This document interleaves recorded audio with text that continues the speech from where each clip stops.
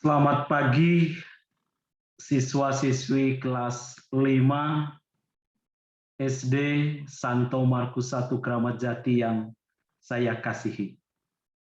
Kembali lagi berjumpa dengan Pak Oris dalam pelajaran pendidikan agama Katolik. Baik, anak-anak yang terkasih, pelajaran kita pada hari ini berkaitan dengan pelajaran 4 dengan tema belajar, berlatih, olah rasa, dan olah hati. Tapi sebelum kita mulai pelajaran ini, kita mau dengar satu lagu rohani dulu. Izinkan saya untuk share PPT terlebih dahulu.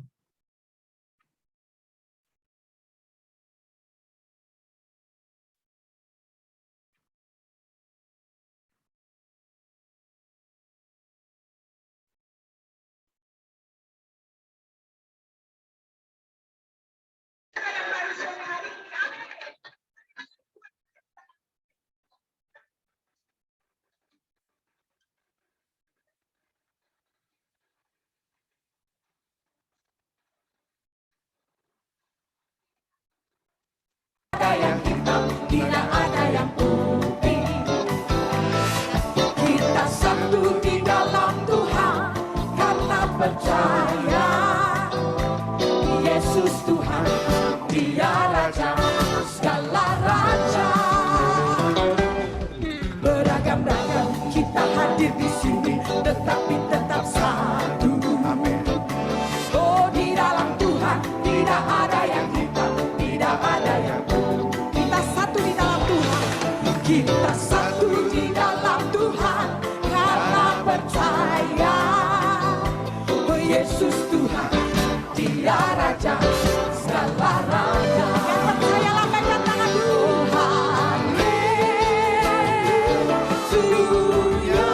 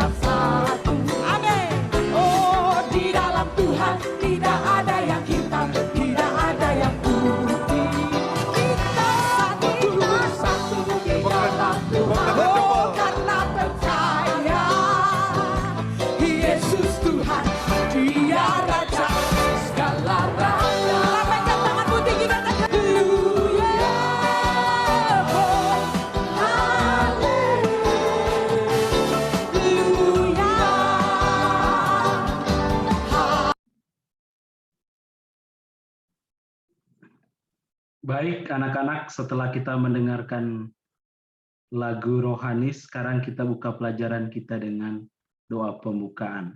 Izinkan saya untuk share PPT terlebih dahulu.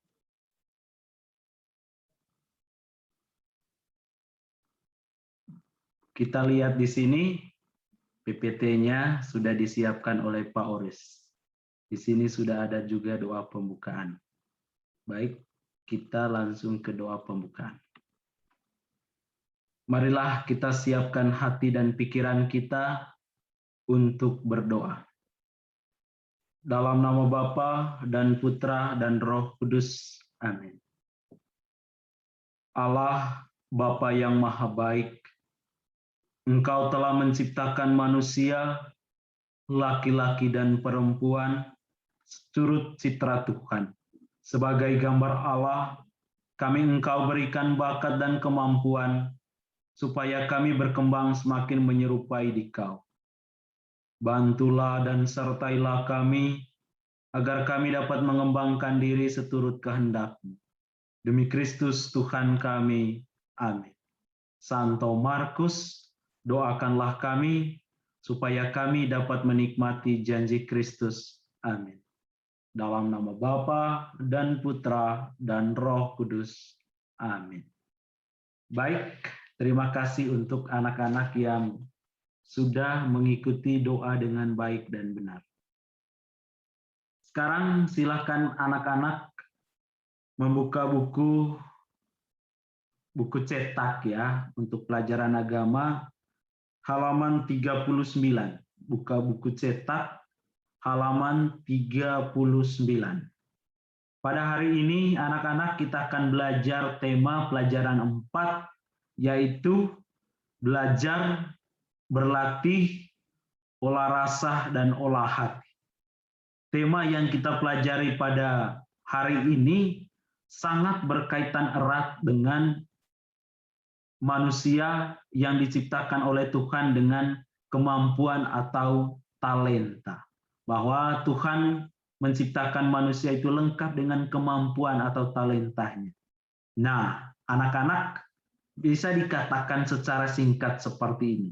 Supaya kemampuan dan talenta itu dapat berkembang anak-anak, maka kita perlu terus belajar, terus berlatih, terus mengolah rasa dan olah hati. Sehingga kemampuan dan talenta itu dapat berkembang dalam membantu proses kehidupan kita sebagai citra Allah.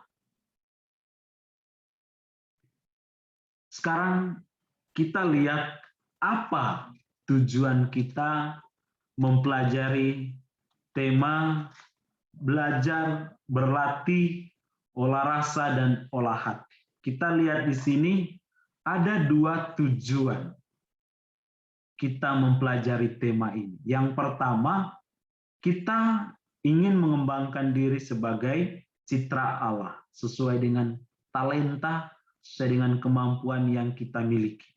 Yang kedua, kita diajak untuk menyebutkan contoh laki-laki dan perempuan yang mengembangkan diri seturut citra Allah.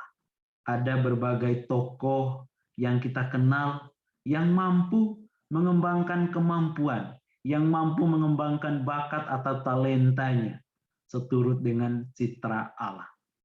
Itu adalah 2 tujuan kita mempelajari tema belajar, berlatih, olah rasa, dan olah hati. Oke, sekarang kita lihat bagian pengantar anak-anak.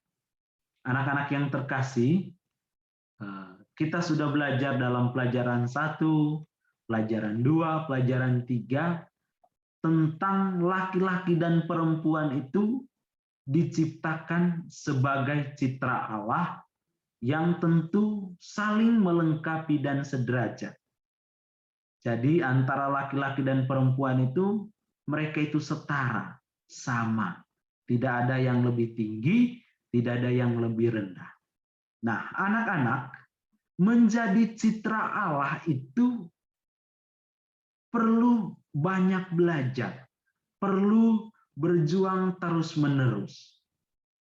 Nah, supaya dapat berjuang dan belajar secara terus-menerus, Tuhan sudah melengkapi setiap orang, setiap manusia itu dengan berbagai kemampuan, dengan berbagai bakat, dengan berbagai talenta. Tuhan memberikan talenta atau kemampuan itu kepada setiap orang tanpa terkecuali. Tetapi anak-anak perlu disadari bahwa talenta yang diberikan oleh Tuhan itu ada yang cuma dapat 1. Contohnya dia hanya punya talenta atau kemampuan untuk bernyanyi saja. Itu kan 1. Tetapi ada juga orang yang talenta atau kemampuan atau bakatnya 2. Contohnya, selain dia punya bakat untuk menyanyi, dia juga bisa bermain sepak bola.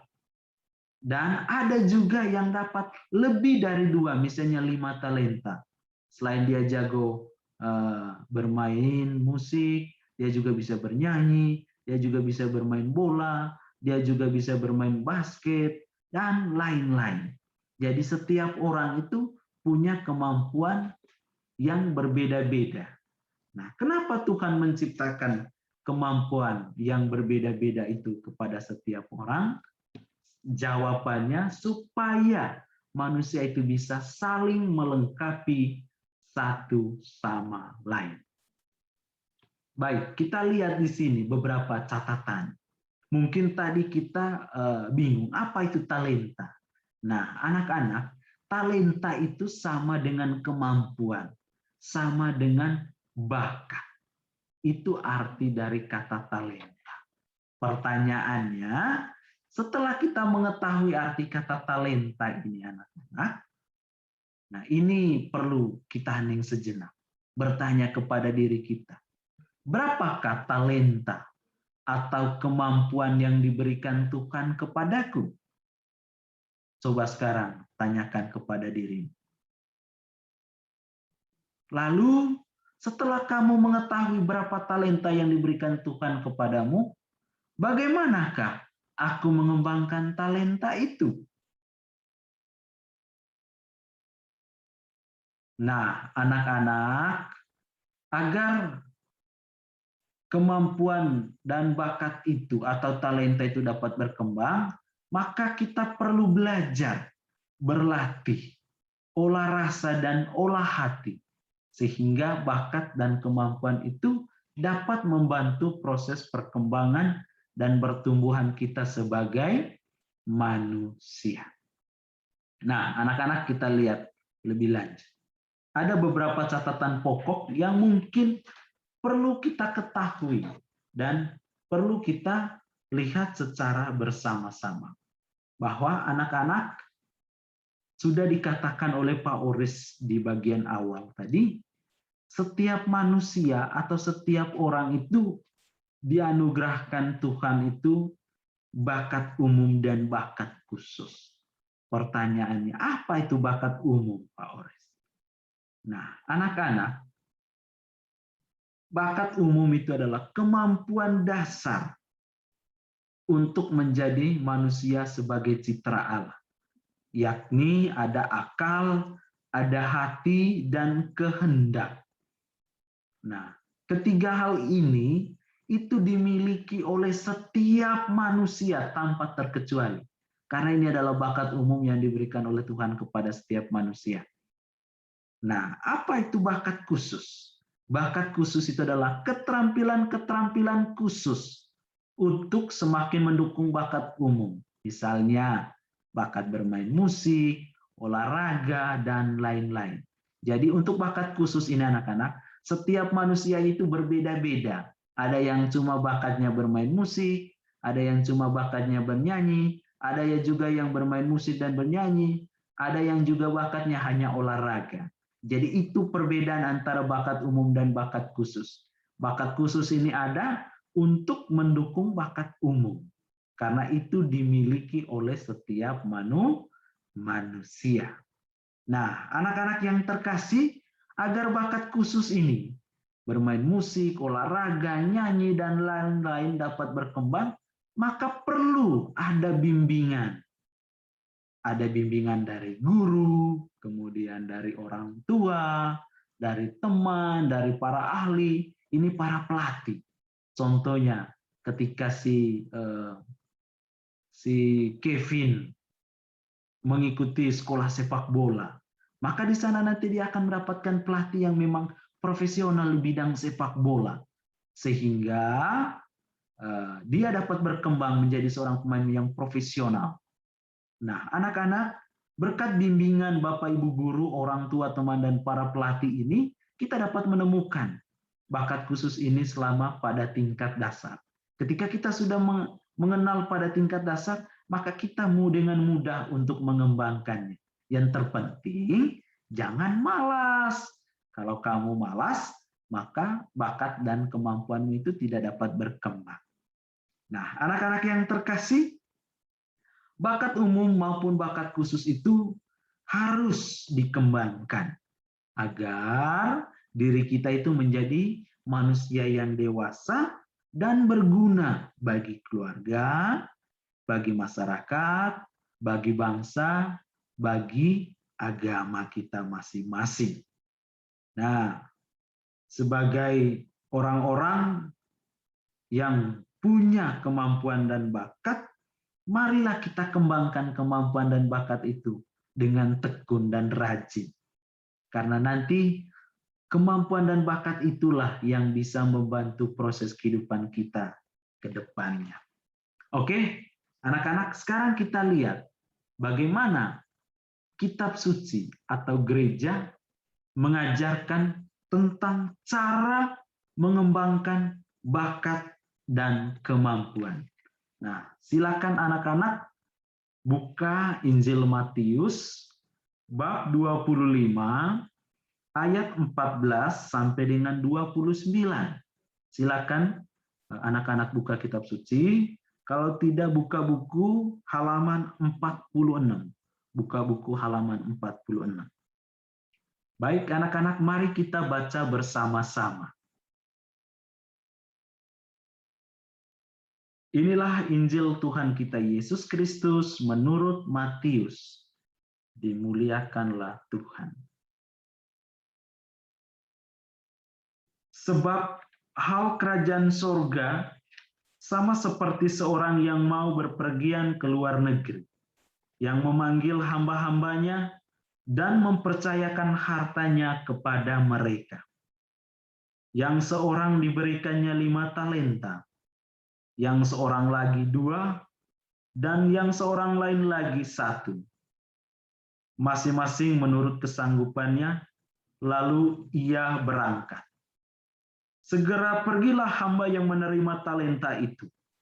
Ia menjalankan uang itu, lalu beroleh laba 5 talenta. Hamba yang menerima 2 talenta itu pun berbuat demikian juga, dan berlaba 2 talenta. Tetapi hamba yang menerima 1 talenta itu pergi dan menggali lubang di dalam tanah, lalu menyembunyikan uang tuannya. Lama sesudah itu, pulanglah tuan hamba-hamba itu, lalu mengadakan perhitungan dengan mereka. Hamba yang menerima 5 talenta itu datang, dan ia membawa laba 5 talenta, katanya.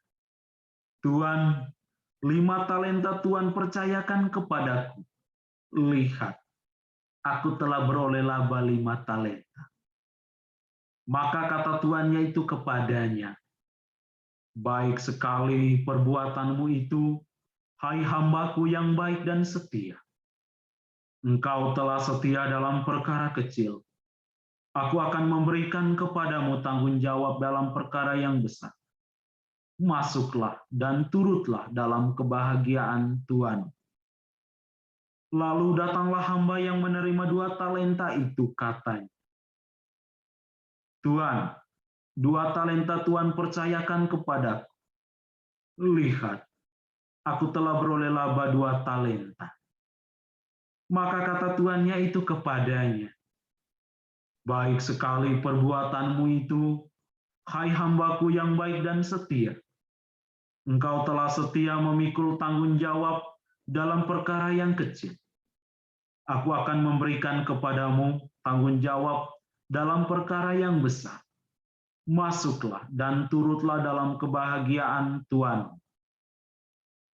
Kini datanglah juga hamba yang menerima 1 talenta itu dan berkata, Tuan, aku tahu bahwa Tuan adalah manusia yang kejam, yang menuai di tempat di mana Tuan tidak menabur, dan yang memungut dari tempat di mana Tuan tidak menanam. Karena itu, aku takut dan pergi menyembunyikan talenta Tuan itu di dalam tanah. Ini, terimalah kepunyaan Tuan. Maka jawab tuannya itu, hai kamu, hamba yang jahat dan malas. Jadi kamu sudah tahu bahwa aku menuai di tempat di mana aku tidak menabur, dan memungut dari tempat di mana aku tidak menanam. Karena itu, sudahlah seharusnya uangku itu kau berikan kepada orang yang menjalankan uang, supaya sekembaliku aku menerimanya serta dengan bunganya. Sebab itu ambillah talenta itu daripadanya, dan berikanlah kepada orang yang mempunyai 10 talenta itu. Karena setiap orang yang mempunyai, kepadanya akan diberi, sehingga ia berkelimpahan. Tetapi siapa yang tidak mempunyai, apapun juga yang ada padanya akan diambil daripadanya. Demikianlah Injil Tuhan. Terpujilah Kristus. Siswa-siswi kelas 5 yang terkasih di dalam Tuhan. Tadi kita mendengarkan perumpamaan. Perumpamaan itu tentu kalian masih ingat ketika belajar pelajaran agama di kelas 4. Perumpamaan itu sama dengan dongeng, sama dengan cerita pendek. Seperti itu. Nah, kita mendengarkan di sini cerita atau perumpamaan yang dibuat oleh Yesus tentang talenta. Dikatakan di situ ada seorang tua yang ingin pergi ke luar negeri. Tetapi sebelum dia pergi, dia memberikan talenta atau uang kepada ketiga hambanya. Hamba yang pertama dia kasih 5, hamba yang kedua dia kasih 2, hamba yang ketiga atau terakhir dia kasih 1. Dia berpesan kepada hambanya supaya uang atau talenta itu dikembangkan. Hamba yang pertama yang menerima 5, pergi mengembangkan uang itu. Dia dapat laba 5 talenta sehingga jumlahnya menjadi 10. Lalu begitu juga hamba yang kedua. Dia pergi mengembangkan 2 talenta. Dan dia mendapatkan juga laba 2 talenta. Jadi talentanya menjadi 4. Tetapi hamba yang ketiga, dia sudah menerima 1 paling sedikit. Tapi apa yang dia lakukan? Dia pergi untuk menguburkan talenta itu atau menyembunyikan. Begitu tuannya pulang, lalu dia minta supaya ketiga hamba itu menyerahkan talenta yang sudah dipercayakan. Hamba pertama datang membawa 5 talenta dan juga labanya 5. Tuannya sangat senang. Bahkan dia dipercayakan untuk tanggung jawab yang lebih besar. Begitu juga hamba yang kedua. Dia datang membawa 2 talenta dan juga 2 labanya yang menjadi 4. Tuannya sangat senang. Lalu Tuhan memberikan tugas dan tanggung jawab yang lebih besar kepada dia. Nah, anak-anak, datanglah hamba yang ketiga. Nah, hamba ketiga ini hanya membawa 1. Tuannya menjadi marah karena dia malas untuk mengembangkan talenta yang sudah diberikan oleh tuannya. Maka tuan itu pun menjadi marah, lalu dia ambil 1 talenta itu, lalu diberikan kepada kedua hamba yang tadi sudah mampu mengembangkan talentanya. Dan dia pun dihukum, dimasukkan ke dalam kegelapan seperti itu. Nah, anak-anak, perumpamaan ini maksudnya apa? Tuan itu sama dengan Allah atau Tuhan. Tuhan, sedangkan hamba-hamba itu adalah manusia. Tuhan sudah memberikan kepada manusia itu masing-masing talenta-talentanya. Ada yang dapat 2 talenta, yaitu menyanyi, berolahraga, dan lain-lain. Ada juga yang dapat 5 talenta. Tetapi ada juga yang mendapatkan 1 talenta. Yang diharapkan oleh Tuhan dari kita adalah kita mampu mengembangkan talenta-talenta yang sudah diberikan. Siapa yang mengembangkan talentanya, maka dia akan mendapatkan hasil yang lebih banyak. Tetapi siapa yang malas, maka talenta itu pun akan diambil oleh Tuhan dan diberikan kepada orang lain. Baik, sekarang kita lihat beberapa catatan pokok. Dalam Injil Matius bab 25 ayat 14 sampai dengan 29, Yesus mengajarkan tentang kerajaan Allah dengan perumpamaan. Nah, tadi saya sudah katakan perumpamaan itu sama dengan dongeng atau cerita pendek. Perumpamaan yang digunakan oleh Allah atau oleh Yesus adalah tentang talenta, di mana Tuhan memberikan talenta kepada hamba-hambanya. Ada 3 hamba di situ tadi. Hamba pertama mendapatkan 5, hamba kedua mendapatkan 2, dan hamba ketiga mendapatkan 1. Nah, anak-anak yang terkasih, apa itu talenta? Atau apa arti dari talenta? Dalam kamus Alkitab, talenta itu diartikan sebagai ukuran timbangan sebesar 3.000 sikal atau sama dengan 34 kilogram.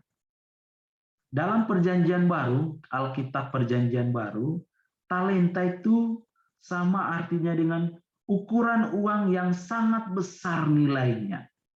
Satu talenta itu sama dengan 6.000 dinar. Satu dinar itu setara dengan upah bekerja satu hari. Jadi ketika kamu kerja satu hari, kamu akan dibayar dengan satu dinar. Sementara satu talenta itu sama dengan 6.000 dinar. Jadi besar sekali nominalnya. Dan dalam kamus bahasa, baik itu bahasa Indonesia maupun bahasa Inggris, talenta itu diartikan atau dipahami sebagai bakat atau kemampuan. Nah, anak-anak yang terkasih, setiap orang itu memiliki tugas dan tanggung jawab di dalam kerajaan Allah. Nah, anak-anak, agar setiap orang melaksanakan tugas dan tanggung jawabnya itu, maka diperlukan kemampuan atau bakat. Kemampuan untuk melaksanakan tugas-tugas itu, itulah yang dinamakan talenta. Tuhan memberikan tugas dan tanggung jawab kepada setiap manusia itu sesuai dengan bakat, kemampuan, dan talentanya masing-masing. Lalu apa itu bakat? Bakat itu ialah kemampuan untuk mengerjakan sesuatu dengan lebih mudah daripada yang lain dan hasilnya baik. Contohnya, Pak Oris ini bakatnya adalah bermain bola. Ketika Pak Oris disuruh main bola, itu lebih mudah Pak Oris lakukan dibandingkan ketika saya disuruh untuk menyanyi. Saya itu nggak bisa menyanyi. Ketika kamu menyuruh saya untuk bernyanyi, maka saya tidak akan mudah untuk bernyanyi karena suara saya jelek. Tetapi begitu kamu menyuruh saya main bola, itu adalah bakat saya, maka saya akan menjalankan itu dengan mudah. Sehingga hasilnya ketika saya main bola itu lebih baik ketika saya disuruh menyanyi. Itulah yang disebut bakat atau kemampuan. Nah, anak-anak, mengembangkan bakat itu berarti kita mengembangkan kemampuan untuk melaksanakan tugas dan tanggung jawab kita. Caranya bagaimana? Caranya adalah dengan belajar. Bahwa kita harus terus-menerus belajar mengembangkan bakat dan kemampuan yang kita miliki. Kita juga harus tekun berlatih untuk mengembangkan kemampuan dan bakat yang kita miliki. Nah, bukan cuma belajar dan berlatih, tetapi kita perlu mengolah rasa. Bahwa kita harus memberikan rasa di dalam setiap latihan dan belajar kita. Sehingga kemampuan itu betul-betul kita rasakan dan bisa memberikan manfaat yang baik bagi orang lain. Lalu gunakan hati. Ketika kamu mampu mengolah hati dengan baik dalam mengembangkan bakat dan kemampuan, niscaya dan pastikan bakat dan kemampuan itu akan mengarahkan kita kepada hal-hal yang positif. Nah, anak-anak, setiap orang itu dianugerahkan, diberikan bakat tertentu. Ada yang dapat 1, ada yang dapat 2, ada yang dapat 5. Contohnya ada orang yang bakatnya hanya bernyanyi saja. Ada orang yang bakatnya selain bernyanyi dia juga bisa main musik dan menari. Ada juga orang yang bakatnya itu menulis sastra, menulis puisi. Ada juga orang yang bakatnya itu olahraga, menggambar, bakat menghitung, dan sebagainya.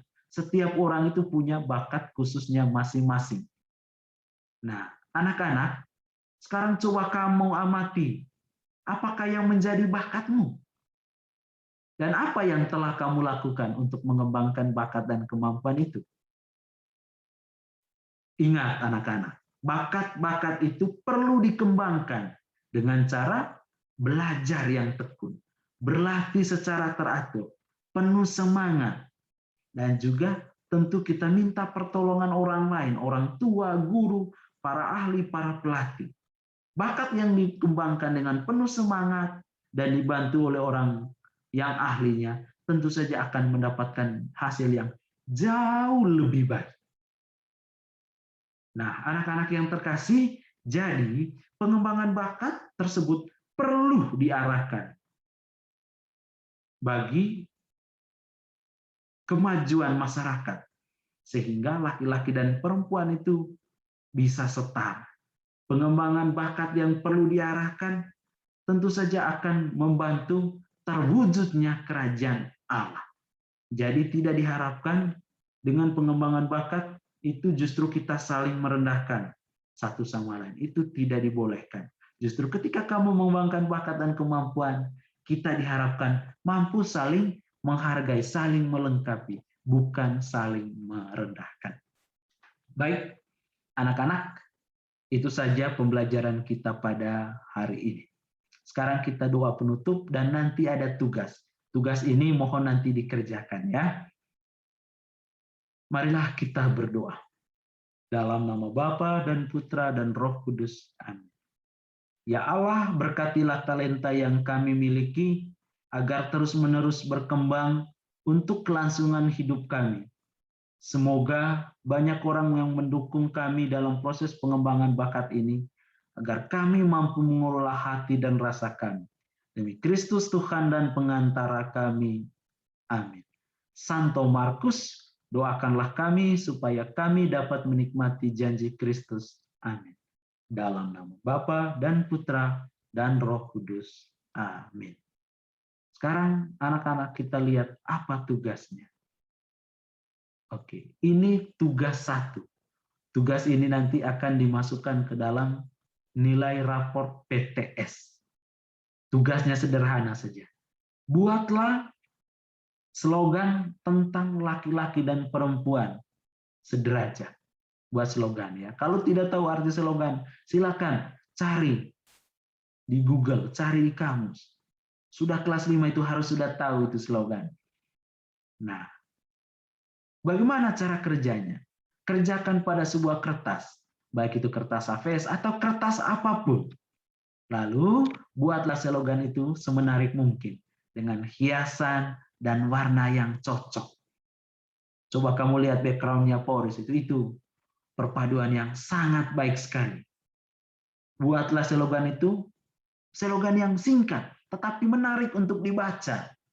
Seperti itu. Kemudian kalau sudah dikerjakan anak-anak, kumpulkan ke Pak Oris lewat nomor WA Pak Oris 082 341 017174. Jadi tidak dikumpulkan di classroom atau di media yang lain, tapi kumpulkan lewat WA. Jangan lupa tulis nama lengkap dan kelas serta nomor absennya supaya memudahkan Pak Oris untuk menilai. Nah, kumpul paling lambat kapan? Hari Senin depan, tanggal 6 September tahun 2021. Jadi itu tugasnya anak-anak, singkat saja. Silakan bekerja, Tuhan memberkati kita semua. Terima kasih, selamat pagi, sampai jumpa di lain kesempatan. Terima kasih.